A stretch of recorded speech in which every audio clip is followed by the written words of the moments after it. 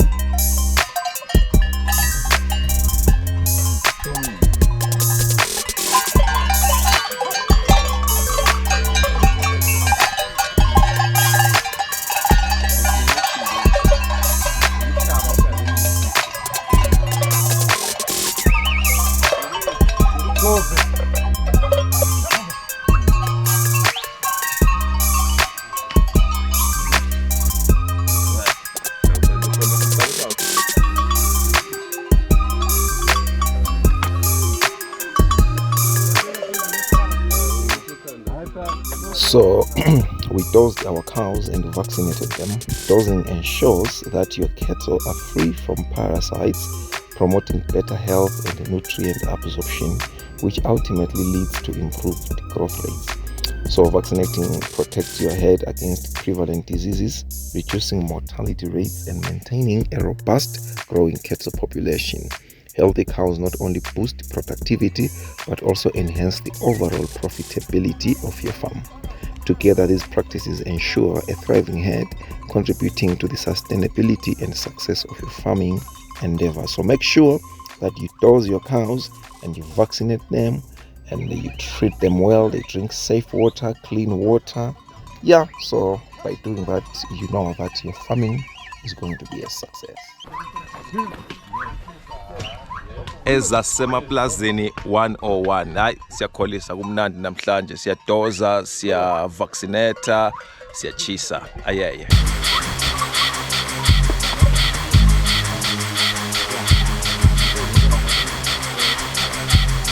Ndo.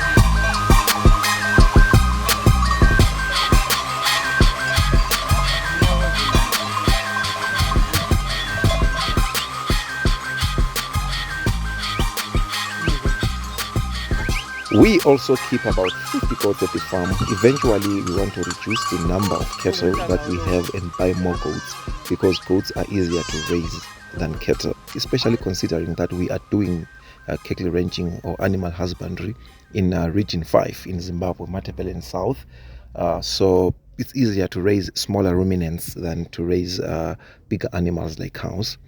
So the long-term plan for the farm is to have at least a minimum of maybe 500 goats. Our water reservoir stands as a vital resource for the farm, capturing rainwater and also receiving water that we pump from the river, ensuring a steady supply of water for our cattle. The reservoir serves as a crucial role during dry spells, providing life-sustaining hydration that helps maintain the health and productivity of our herd. This reservoir will not only support our livestock, but also will play a key role in sustainable farming practices that we want to start in the near future. So we are planning to plant our own fodder, food for goats and cows. We're also planning to do a small agricultural project where we are going to do maybe chamolia and cash crops like maybe green peppers, etc. So in times of drought, this reservoir truly becomes the heartbeat of our farm, nurturing life and sustaining our dreams.